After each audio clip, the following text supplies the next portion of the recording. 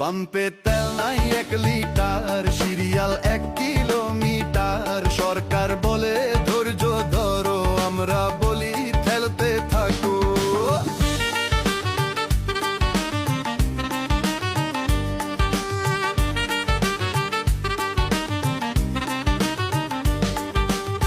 সকালবেলা দীর্ঘ সিরিয়াল, ভরা পেটে ক্ষুধার আকাল।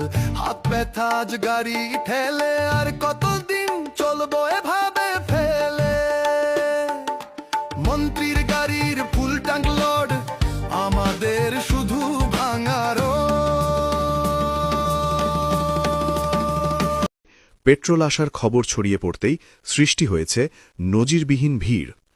রাত গভীর হলেও থামেনি বাইকারদের দীর্ঘ লম্বা লাইন। মাত্র ৩০০ টাকার পেট্রোল নেওয়ার আশায় ঘণ্টার পর ঘণ্টা অপেক্ষা করছেন তারা। বর্তমানে রাত প্রায় ২টা বাজে, কিন্তু পরিস্থিতি দেখে মনে হচ্ছে এই লাইন শেষ হতে লাগতে পারে পুরো রাত। জরুরি প্রয়োজনে মানুষ বাধ্য হয়েই গভীর রাতেও লাইনে দাঁড়িয়ে আছেন।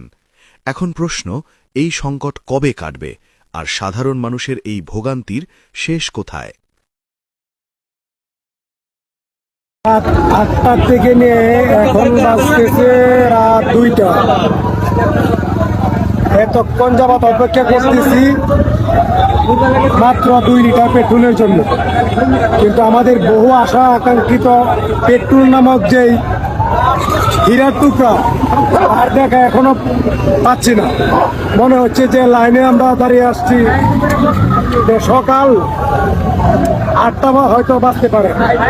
যে মানুষ, হাজার হাজার মানুষের ভিড়ে লাইনে দাঁড়িয়ে আসছি, কিন্তু পেট্রোলের দেখা পাবো না বলে মনে হচ্ছে।